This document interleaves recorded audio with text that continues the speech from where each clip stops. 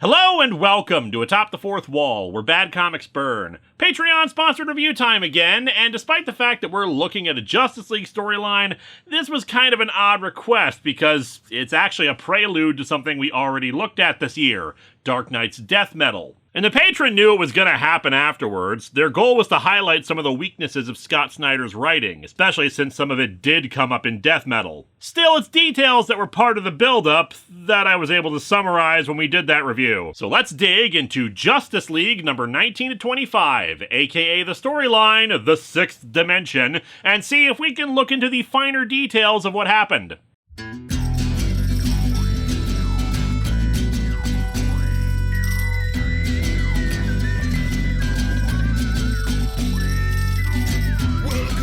Atop the fourth wall, where bad comics burn. Linkara's gonna teach you all a lesson you won't learn. What's with these awkward subjects? What's all this art so rubbish? To anyone who's had a bad comic published, it could be your turn.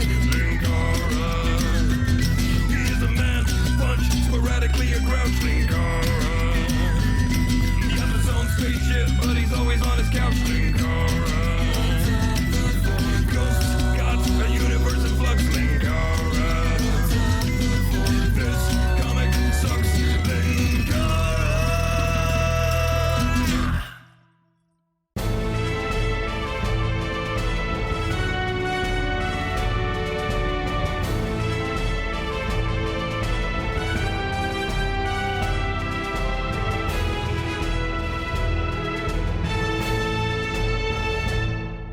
We got 6 issues to go through, so let's skip the covers and just go right in. We open with Clark Kent at his desk at the Daily Planet. The first dimension is defined as a single point, constant and unmoving, so we probably shouldn't have put all our money into it winning the race. Usually, Clark finds solace in such things. Lois, have you considered just staring at a dot instead of helping people or watching TV? Good times. This office, this home. He is a man of constants. Unfortunately, like the rest of the universe, he is also a man of retcons. Clark, it's Batman! Martian Manhunter did it! He took my regular cape and replaced it with one that says Batman smells on it! This prank war has gone too far, Clark! After getting away from Perry White, he changes to Superman and heads out to meet the others. Talk, Bruce. I can practically hear your heartbeat from here. What is it? Take your pick. The cape thing? Dick says he's too old to eat rats anymore. Video games are $70 now. It's just everything, Clark. Actually, since this came out a year after Dark Knight's Metal, he lists some stuff related to that. We just lost the source wall. The multiverse is hurtling towards some cosmic dissolution. We're hiding it from the world. And on top of everything else, the prom's tomorrow. They're hunting for Lex Luthor and the Legion of Doom, but Batman is concerned by their efforts to try to unpack huge cosmic truths, which I guess we kinda saw in Death Metal. The group reunites on a snowy street, hidden from public view by a spell Zatanna taught Wonder Woman. Otherwise, the League here is Superman, Batman, Wonder Woman, Martian Manhunter, Hawkgirl, Green Lantern John Stewart, the Barry Allen Flash, Mera, and the Will Payton Starman. They're here to capture Mr. Mxyzptlk, using their powers to summon him into a specially designed cage. And indeed, Mxyzptlk is, as Superman calls him, his most powerful enemy. As a fifth-dimensional imp, he's nearly omnipotent in this realm, something he demonstrates by making the buildings come to life and attack each other, like the Daily Planet becoming snake-like and biting into the Wayne Enterprises tower. Your building just ate my building, Superman, and I feel like my building would have won if it had enough prep time. Mexi continues to warp reality, until it's revealed that none of it is real. The Martian Manhunter is using his telepathy to subconsciously repeat his name backwards to neutralize his abilities and projecting false images into his head. Superman explains that they're not here to trap him or anything, they just need his help. You're all powerful and incredibly dangerous, but at the core, you're not evil. Yeah, when you thought you were dissolving Jon Stewart a minute ago and he was horrified by it, it was just a prank, bro! We cut over to the Legion of Doom and their classic Darth Vader helmet headquarters. They know the heroes are up to something by summoning Mixie, but it's revealed that the villains are attempting to awaken Perpetua, who of course we're familiar with thanks to Death Metal. Perpetua. Look, planets form around her fingers.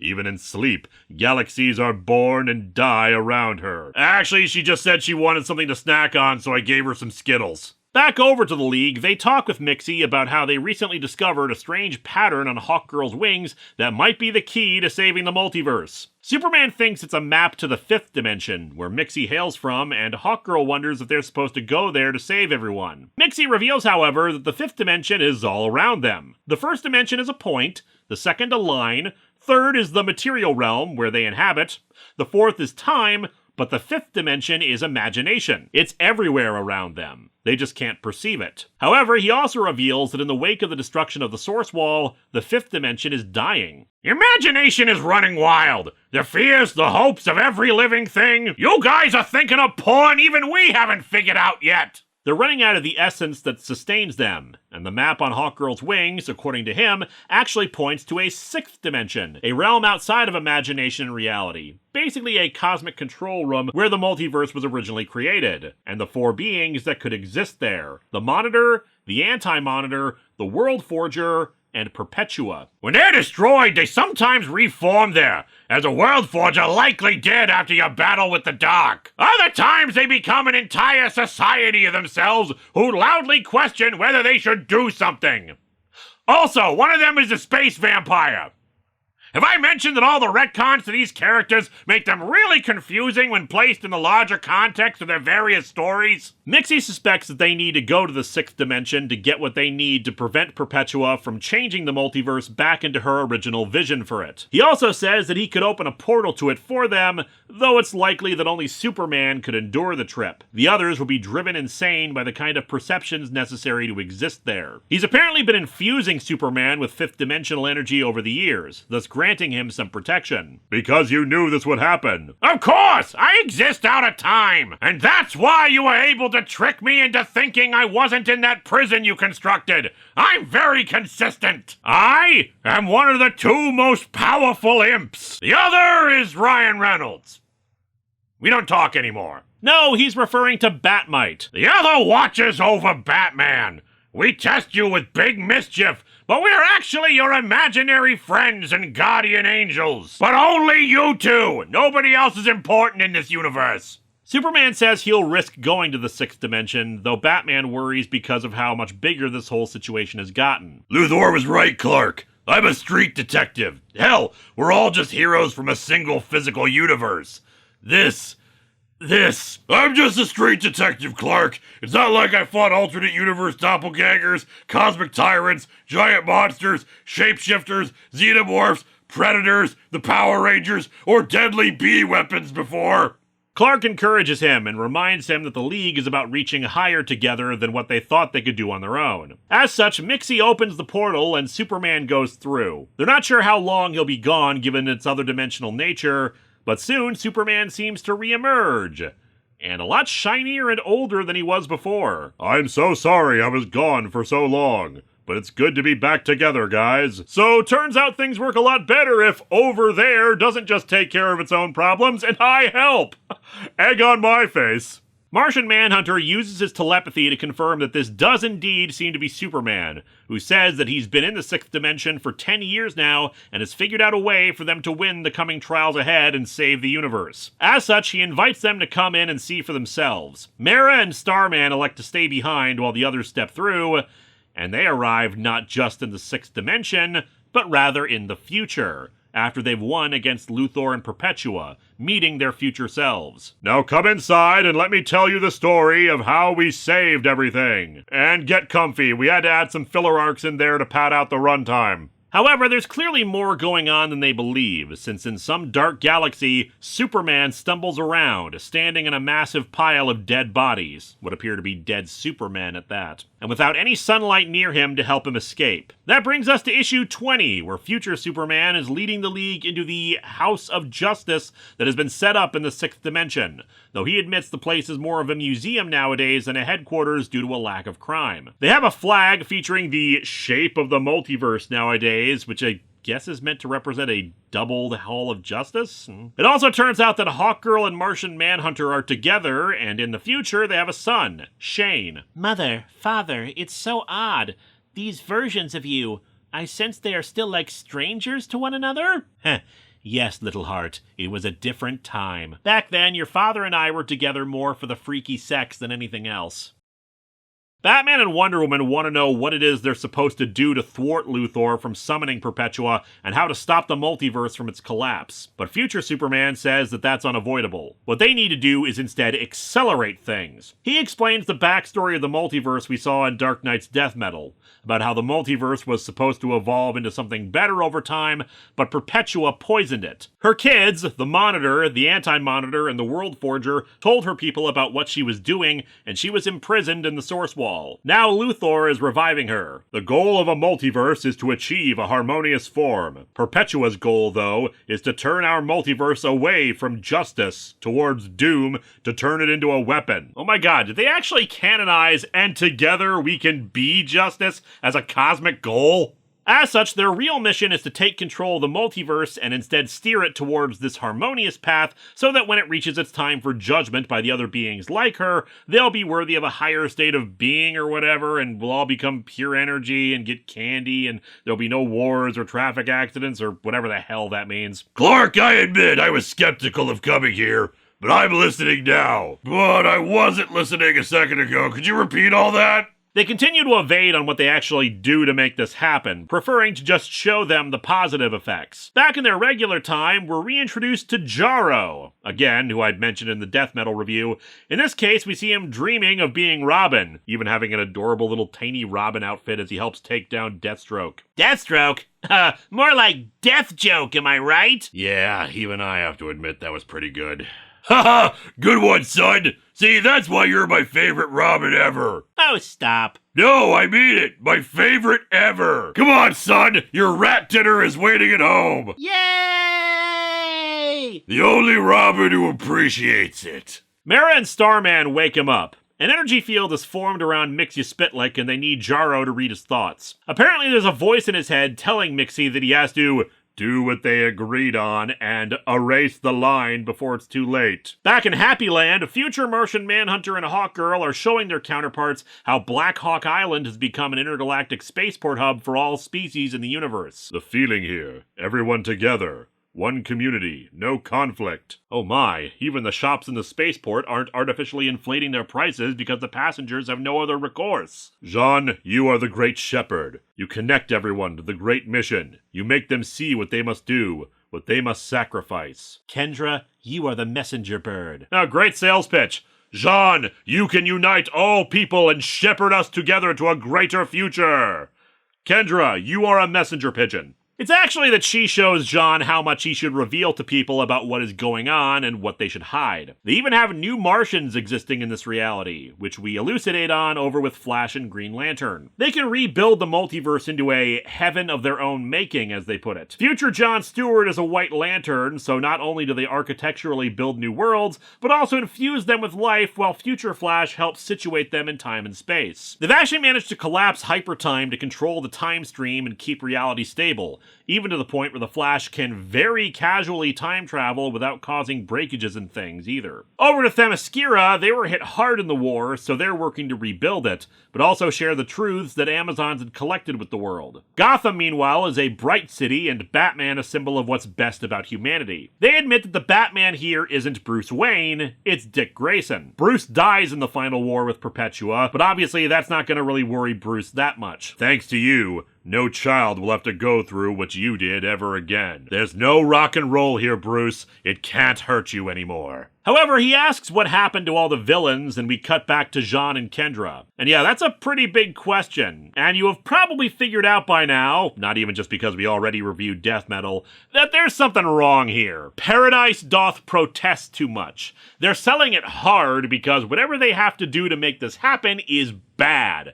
They wouldn't have to show it off and sell it to try to make it worth it otherwise. They just say, hey guys, here's what you've got to do. Don't screw it up.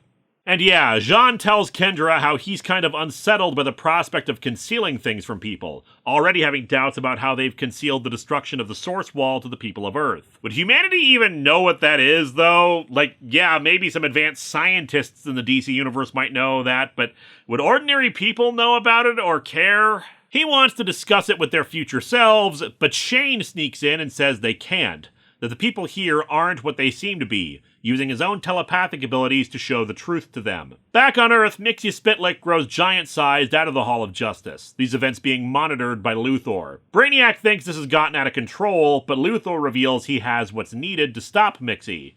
Batmite sealed in a container. And in the Dark Galaxy, Superman keeps trying and failing to fly off from the planet, losing distance each time due to his diminishing power, only to be confronted by the future Superman to bring us to our next issue. The third dimension is where things get real. In 3D! Dots and lines, simple shapes. They reach through space to take on volume. Suddenly, they exist with you. Complex forms with points and edges. Or at least they think they're complex, what with all their edginess. Future Superman has explained what they did, and regular Superman is naturally very upset about this. However, with his diminishing power, the punches are doing absolutely nothing. Future Supes finally puts him down and explains that they've been through this many, many times, and is offering the same chance to him. Stop trying to fight this and let it happen. In the pocket universe he's in, there is a source of light to rejuvenate him, on the other side of the universe, but he doesn't have enough energy to reach it. Even if he gets off the planet, he'll die in space before reaching it. Future Soup says he's not trying to fool the other Justice Leaguers.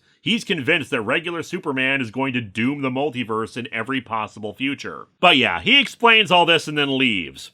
Over to Bruce and Future Dick, where Bruce is honestly pretty happy with how all this turned out. Arkham Asylum has been torn down and replaced with the Pennyworth Home, a care facility to help the ill and infirm. Future Dick says that they're going to have to make some hard choices in the future, which Batman says he's ready for, but then Martian Manhunter summons him and the rest of the League for a psychic conference. Before Shane can show them all the truth, the future Superman arrives within the psychic conference and holds them still. Jean knows that this guy is not Superman. On the contrary, Jean, I am the only Superman who can save you. I am Capture Claw Superman! He says he always intended to reveal himself to them, but first wanted to show them the future they could have if they go along with him. The League demand he reveal himself, and he sheds the Superman disguise. He's the World Forger, aka that dude invented for Dark Knight's metal as a third figure related to the Monitor and Anti-Monitor, who only fits in with them as part of Snyder's unnecessary retcons to all that. Can I also say that aside from my continuing criticism of introducing stuff like him in Perpetua that overcomplicates the DC multiverse,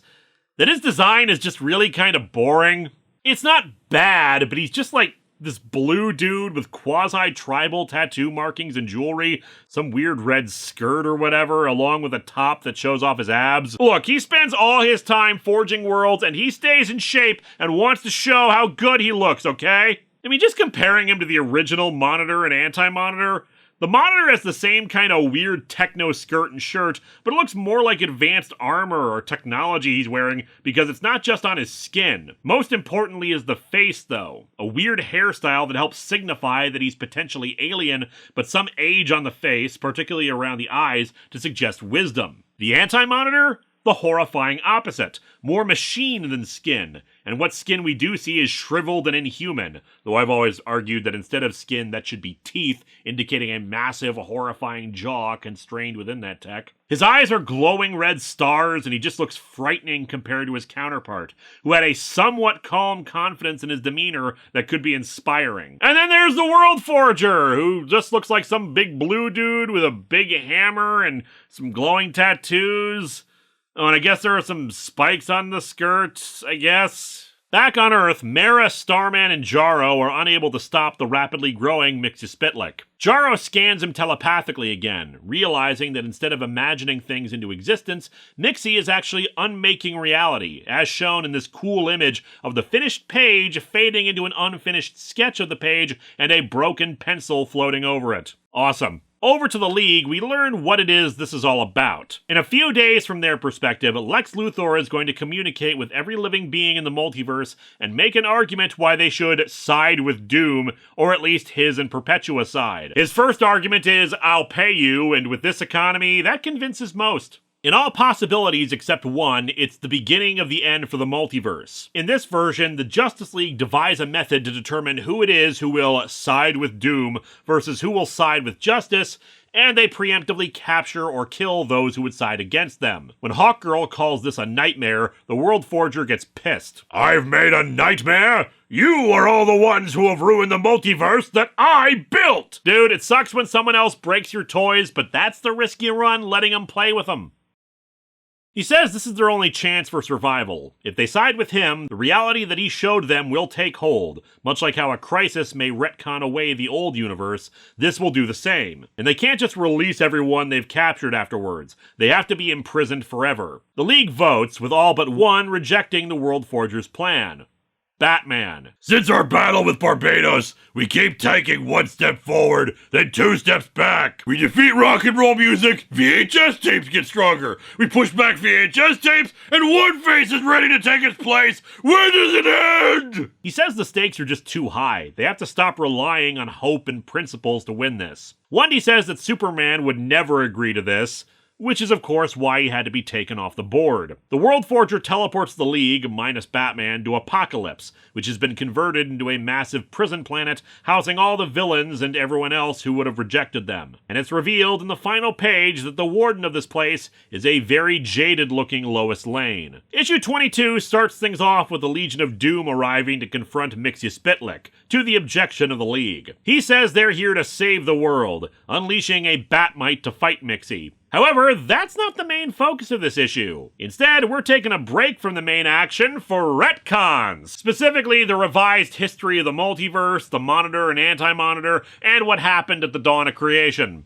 Throw out your old history books, kids! New lore just dropped. Like, Crisis on Infinite Earths gave their definitive explanation for how the multiverse formed and how the Monitor and Anti-Monitor were made. In that, the multiverse was an accident, formed as a result of Krona trying to learn the origins of the universe. The Antimatter universe was formed, and the Anti-Monitor evolved there at the same time as the Monitor. They waged war, and the rest was quite literally history. Instead, here, Perpetua just pops the Monitor, Anti-Monitor, and World Forger into existence. No evolution or change or development. They just suddenly were there, fully clothed and ready. The three are all given a realm to watch over. The World Forger to look over the realm of dark matter, the Monitor, positive matter realms, and the Anti-Monitor, the boundaries of creation, and keep them free of life. You will monitor the universes that rise into your world orrery. You will see to their development and prevent any crises that may arise between them. We'll ignore, of course, that this is not what he was doing in the original Crisis, and the orrery thing was part of Grant Morrison's whole society of monitors, whatever, that also never really got a good explanation. She even throws in names for them to try to include the stupid retcon of the Anti-Monitor being Mobius and tying them to the New God stuff. It's a valiant effort, I applaud the attempt, but sometimes these things just aren't compatible with how they were originally established, and trying to make it all work together just turns very simple concepts into convoluted messes.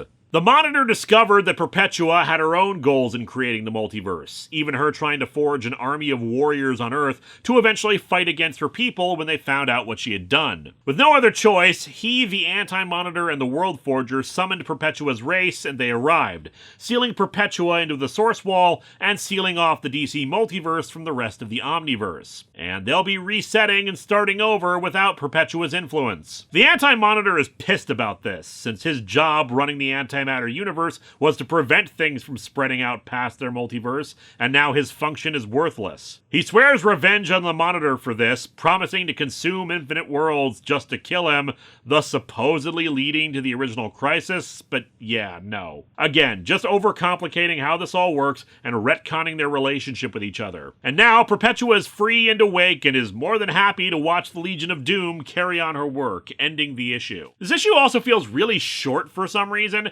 maybe because of how little actual story there is and a lot of two-page shots, but in turn it just feels weird to have this single issue right in the middle of the storyline to explain all this when it either could have just been spread out along the storyline or just saved for an issue before or after these others. We begin the next with a flashback. Clark Kent trying to teach his son, John, how to start a fire without his powers. It's not just as useful knowledge, but rather as part of a local Smallville holiday that's coming up, lighting lanterns for those lost in World War I. It's tradition, John, and tradition is something that links us through time. Well, that and the sliding timescale, I have seen both World War II and the release of streaming services within my adult life, son. As the narration says, Clark remembers that day, the idea of one light linked to many. He reminds himself we are simply a constellation drawn across the lights of memory. Eventually, the shape is set, and every new star reinforces it. We are planetarium lectures. He has lived,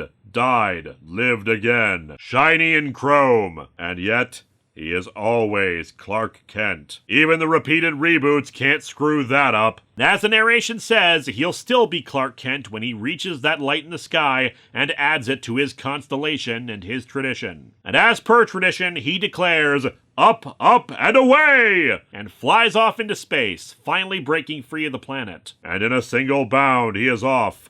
Behind him, the planet shatters. The fourth dimension is time. The fifth is the Twilight Zone. Future Lois zaps the League, who are in high-tech restraints, and puts them in a cell. Now that's a pretty picture, don't you think, Lieutenant Olsen? Pulitzer Prize-worthy, Miss Lane, if I do say so myself. Jimmy, were you always taller than me? Lois reveals that she's not really from this happy future, but rather an earlier attempt the World Forger had made to make the Justice Formation that didn't work. Countless universes have tried to save everyone without resorting to the tactics they're using, and each time have failed miserably. Superman always refusing to give in and inspiring others to do the same. And in turn, she's watched both him and their son die countless times, and thus she has decided that their only hope is to go along with the World Forger's plan. Batman didn't come with them, wanting to hear out the World Forger. And it seems he's genuine, as the World Forger can somehow sense his motivations. This bit I find iffy. Yeah, spoilers, he's not actually betraying the team or his morals, but we learn that he's open to accepting this way of moving forward if it truly is the only way. And I have a hard time buying Batman being willing to compromise his ethics like that. Batman asks what he would need to do, and the Forger explains about how Mxyzptlk is currently erasing existence. Once he's done, the World Forger will make this future come down from the sixth dimension and replace the current reality, transferring the life energy of anyone who has a place in this future from the old reality into the new one. We can only hope that the judges will not notice the time missing from our multiverse, so we can fool them into thinking we evolved to this form naturally. I mean, with the amount of time travel and reboots, do you really think anyone's going to be able to keep track of it? I mean, one of Linkara's recurring gags is him screaming, "What time is it?" Batman reiterates that he wants to know what his role is in all this, and it's pretty simple. He has to convince the other Leaguers to sign on with this plan, be their leader. Oh, and he has to kill Superman. Yeah, it's a test. Their Superman may be the one to actually reach the distant star and fight the World Forger, but Batman has the power to move the suns away from him and keep him from reaching them. He will die, but his life force will be transferred to the new version of reality, as the future Superman from the World Forger became. He needs a body like that to inhabit in their realm, since otherwise his body can only exist in the sixth dimension. Back with the League, they're starting to wonder if this is the way to survive. After all, the future version of Star Labs could forge new worlds. Maybe they could fix this afterwards and rebuild as they were before. But still, they can't make any decisions while locked away, and fortunately for them, Shane has used his telepathic abilities to arrive and come free them. And he was able to get to Apocalypse because shut up. John helps him focus his psychic abilities on breaking the barrier holding them, focusing on his anger most. He hates this world. His telepathy is so strong that he can hear the cries of those who have been imprisoned here. Most of them aren't evil, they were just scared. They were sorry, but they were punished anyway. And as he says, that is not justice. It shows that this future is a farce, and definitely not what they should be doing. Unfortunately, Shane is so powerful that he broke not only their barrier, but all the barriers, freeing all the supervillains who were locked up. And considering they've been here for a while, they're not really up to date on the whole past version of the League thing, and they just think that they're the actual Justice League and are eager to kill them. Unfortunately, their manacles are still in place, and even if they weren't, they're vastly outnumbered, and the group flee to the spaceport they saw when they arrived. All the ships are gone, but they're quickly rescued by the future Legion of Doom. They flee in their ship, and it seems they have one more member who's a little more unbelievable. What? I recognize that voice. Who's flying this thing? It's simple. Darkseid is. Turns out all I really wanted was a comfy chair, and this pilot seat was the comfiest of them all. Yeah, this means nothing. It's not like Darkseid's presence here affects the story. It's more just a ZOMG, look at this unexpected thing cameo that doesn't really mean anything other than to further underscore how bad things have gotten. But yeah, I just don't imagine Darkseid in any reality being like this. He'd be commanding others, not flying them around. Anyway, Batman is given the choice, as it tends to be in most realities. The battle of the will to win, or faith in a happy ending. It's apparently why both he and Supes have a fifth-dimensional imp assigned to them. And Batman sadly chooses to send the suns away so it'll kill him quickly. I'm so sorry, Clark. There's so much I wish I could tell you right now. Admittedly, most of it was critiques of your newspaper writing. You liked semicolons way too much, and your opinion pieces were pretty wishy-washy. That brings us to issue 24. Clark continues his flashback from when he and John were making the lantern for the memorial. The two spent the day together having fun, but then they forgot to actually try to light it naturally, and the rain hit that night, so now they can't. John's sad and disappointed in himself. Clark tries to reassure him, but even he's sad about it. The narration explains that times like this are gray kryptonite, where he imagines the sad end of things during quiet moments in the midst of small failures. Imagine a small failure writ large. Imagine a moment when the planet is in jeopardy and he does the right thing, the Superman thing, and because of him, the planet dies.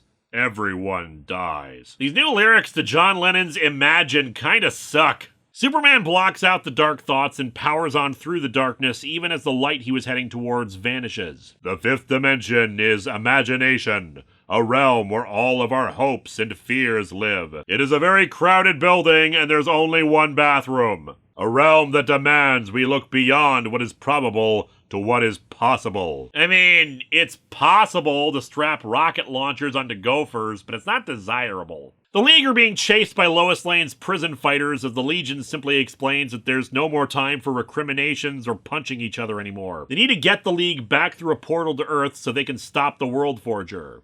And even farther back to stop Lex Luthor's plans. However, Lois has a security precaution aboard the prison transport they stole. A device that will put them into stasis, and she activates it. Meanwhile, the World Forger leads Batman to a special chair that the future Batman built before he died. It was called the Sunbox, constructed from 10th metal that allowed him to not only see into people's hearts to see who would join the Legion of Doom and who would join the League, but also a special bat suit within that would allow him to actually rewrite people's minds. Turns out the future League never originally agreed to side with the World Forger. Batman brainwashed them. The Legion of Doom launches the League into the portal, our heroes saying that this has shown them that indeed they will never embrace the World Forger's plan. The Legion sacrifice themselves to stop Lois and prevent them from pursuing. Conveniently, the portal sends the team right back to the Hall of Justice. Unfortunately, the Future League are all waiting for them, alongside Batman inside of the final Batsuit. Batman, are you here to help us? Sorry, Barry, but it's time to imagine a different ending. In this ending, I become a giant robot, which I think is honestly the best ending I could have hoped for. Thus we come to our final part of the story, opening with one final bit of the flashback. This time we see a young Clark who, like his son later, struggled to light a lantern the non-superpowered way. His dad tried to get him to remember that link to the past again, this time going all the way back to caveman times when they first figured out fire, and then imagine everyone in between who figured it out, and then to try again. He failed there, but as he goes through the darkness, becoming more desiccated as the sunlight leaves him, he sees visions of all the failed attempts to stop this, of Batman sealing him away, of Lois cradling their dead son, and all because he couldn't bend away from old ideals. But Clark continues to reject all that. The sixth dimension is the final realm. It exists beyond imagination, beyond understanding, a place where everything falls away except the truths you were never meant to see. Store brand is sometimes just as good as name brand.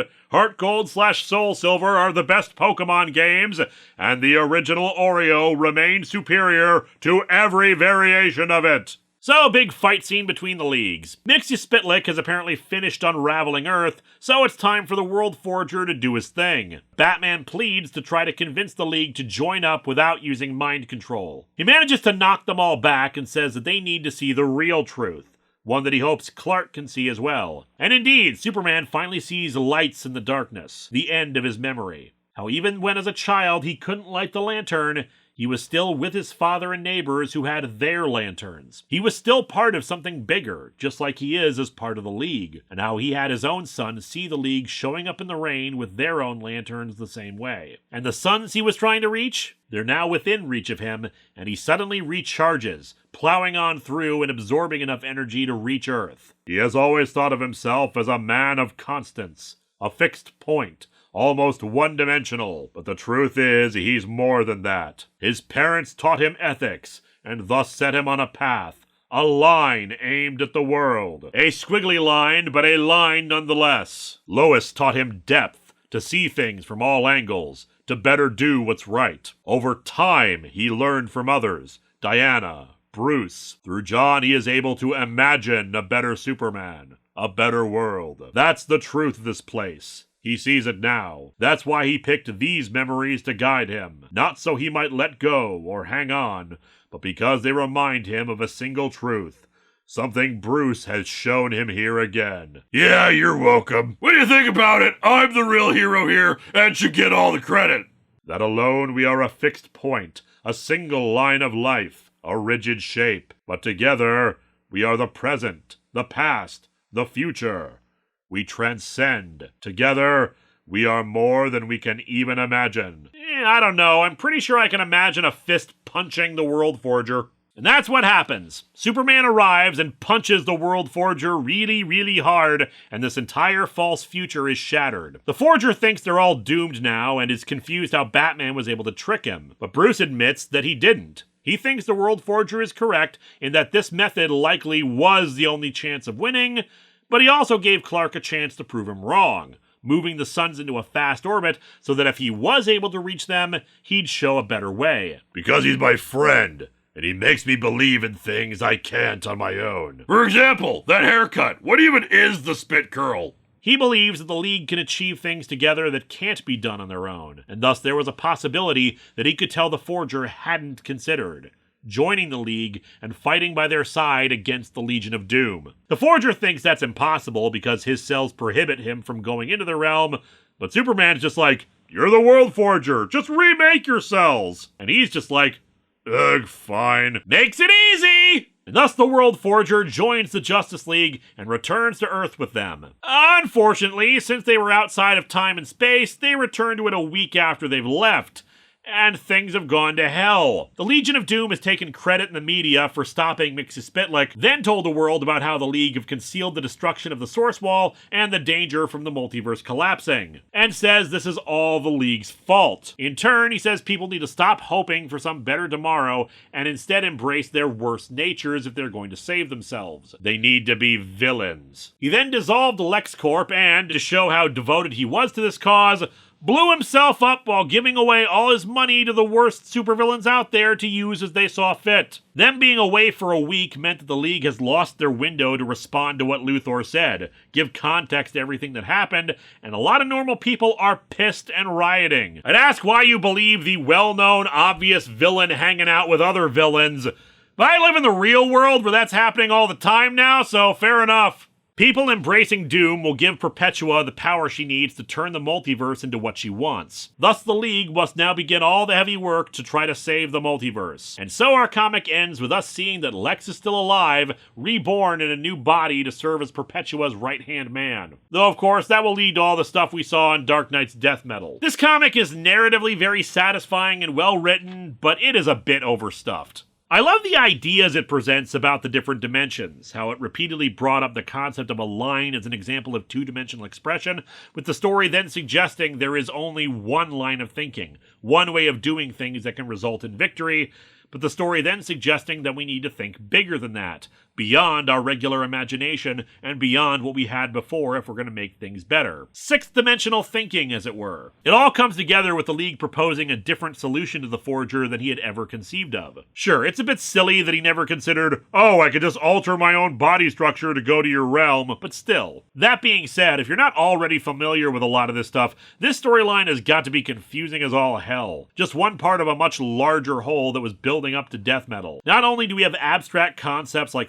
reshaping the universe into justice and doom formations, but also all these characters and concepts and retcons to the point where we interrupted the narrative to give a revised history of the multiverse that, frankly, I'm still not sold on, even if I do like this story and death metal. In many ways, it feels like Scott Snyder was really channeling Grant Morrison with this story, cramming a bunch of different, convoluted, imaginative ideas and putting them all in the same story and trusting the reader to follow what was happening. Snyder definitely isn't as convoluted a writer as Morrison, whose big flaw has always been that they write as if every line of dialogue is remembered by the reader and thus can be very confusing if you're not paying close enough attention to everything that's happening. Thus, Snyder is able to convey all these concepts, vague as they sometimes are, without it being too confusing. But at the same time, it's a lot, and many readers are much more casual about this stuff, so I can imagine it was difficult to follow. Still, I overall enjoyed it and kind of appreciate it more because I read it after death metal, thus knowing more precisely where this was all heading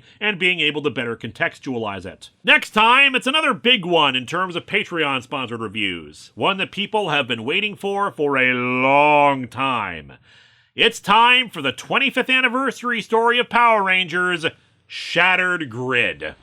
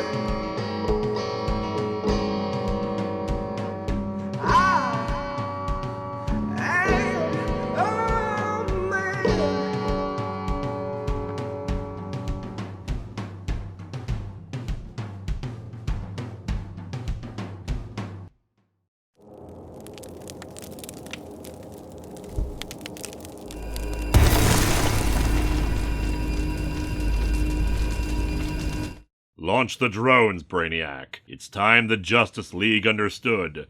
Their doom has only just begun. Although so has mine from pneumonia, since I'm standing out in this rain while wearing only a cloak, not even any socks or shoes or anything. Hello, my friends. Please take a moment to like this video, subscribe to the channel, and click the bell for notifications on new video releases. If you'd like to support future videos, you can check out my Patreon, buy merch from the store envy link in the description, or check out the t-shirts available from Teespring. Thanks for watching.